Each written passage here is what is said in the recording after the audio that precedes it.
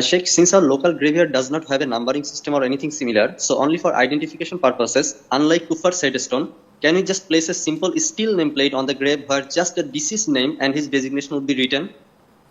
It is permissible to put something that is not extravagant, not high, it's not built on the grave to identify the grave and who is buried inside. And this was done by the Prophet ﷺ and the companions. They would put a stone or something to mark that grave which belongs to their loved one or their friends. So if one puts a small steel plate or whatever that is not a tombstone that costs an arm and a leg, and it's not built over the grave with cement and blocks and marble and the likes, it's just a simple sign or something to indicate that this who's buried there is so and so. That's not a problem, inshallah. I personally would not recommend putting his biography like people sometimes do, or put his CV. So and so, Assim Al Hakeem, born this date, died in this date. He assumed the following positions in these companies, and he used to do this and he used to do that. His hobbies. And wait. This is a cemetery. I'm not getting married. I'm dead. Why are you doing all of this? Just write the name and that's it. What's the use of born, died, and the place of birth and death, and a copy of my ID as well? There's no need for that, and Allah knows best. Okay, yes, Abdurrahman. Yes, Sheikh. The question I had was, I'm applying for jobs now, and the trend I've seen is when we apply for jobs, we have to edit our CV to suit that job. So if it is minor corrections, I think it is fine. What happened to me recently is that my friend was telling that you have to edit your CV to make it look like you have experience of the field which you don't have. And he said this is just to get the interview, since the CV is nowadays tracked automatically for keywords and all that. My question is this considered like cheating? What do you think? If it's, what do you think? My instinct, yes, I think it's... Alhamdulillah, you are upon nature and your heart is still pure and clean and following Islam. Because this is what any true Muslim would feel. How would I write in my experience that I am fluent in French and German and in other languages, that I know how to use Excel, which I definitely don't know how to use, and that I am good in accounting and I'm good in forecasting the plans of 10 years, and I've never done this in my whole life. And then when they ask me through the interview, mashallah, so how to sum up a table in Excel, how to do that? Beats me. I just tell the secretary and he does it. Okay, what about the forecast for next 5 years? What about the sales? How do you make that plan? I don't know. I'll probably Google it. This is not acceptable. A Muslim does not lie. The rizq is in the hands of Allah. Be truthful, say the truth, beautify it, but without lying and cheating, and trust Allah. He will grant you the rizq that you want, inshaAllah. I heard a student of knowledge say that Allah doesn't give wealth to some people because there may be a fitna for them. And then he kind of contradicted himself by then saying something of the lines of people need to be careful with their wealth or how they spend it because it may become a fitna for them, even if they're upright on their deen or something of the sort. Sheikh, I want to become a righteous businessman, seek knowledge of the deen, help the cause of, with the wealth, help the cause of Allah, and help people while also enjoying the finer things in life.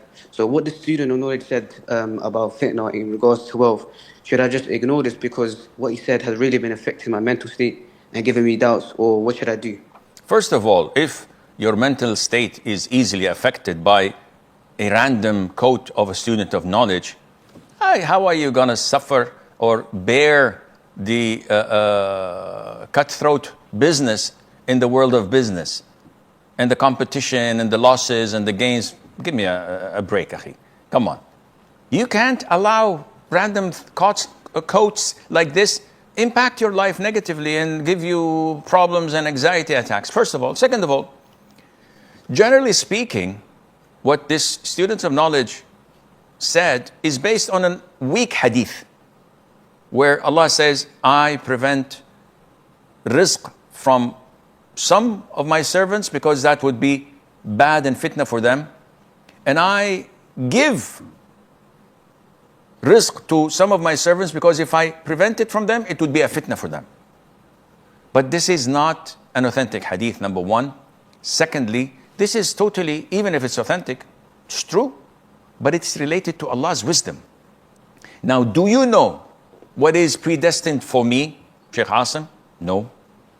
So, should I assume that, okay, I'm not going to work, I'm not going to earn. If Allah wants wealth and rizq to come to me, it will pour down on me, like it did with Prophet Ayub. He had swarms of locusts made of gold and silver flowing and coming to him to restore his wealth after 20 or 21 years of being sick and poor. This is illogical. I don't know what Allah has stored for me. So in order for me to get what Allah has predestined and divinely decreed for me, I have to work. And if it is decreed, I'll become filthy rich.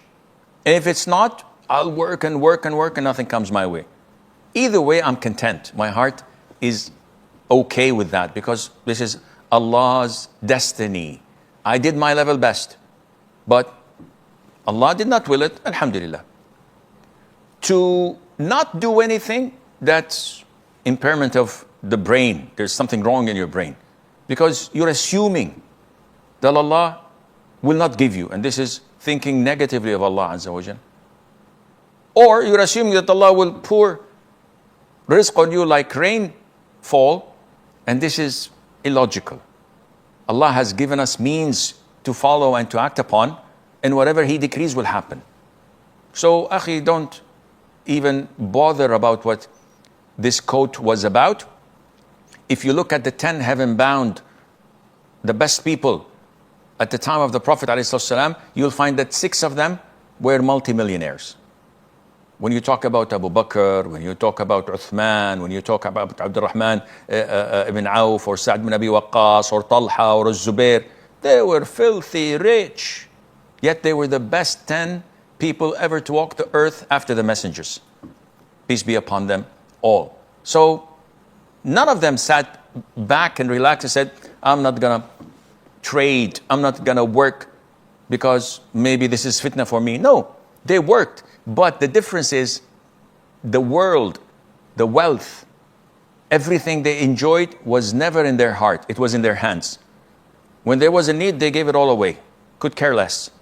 Our problem, the fitna in our case, is that every single penny we earn or we get, it's in our heart. Once it comes out, a piece of us goes out with it and it kills us. This is fitna. So this is what you should ask yourself about, and Allah Azza wa Jalla knows best.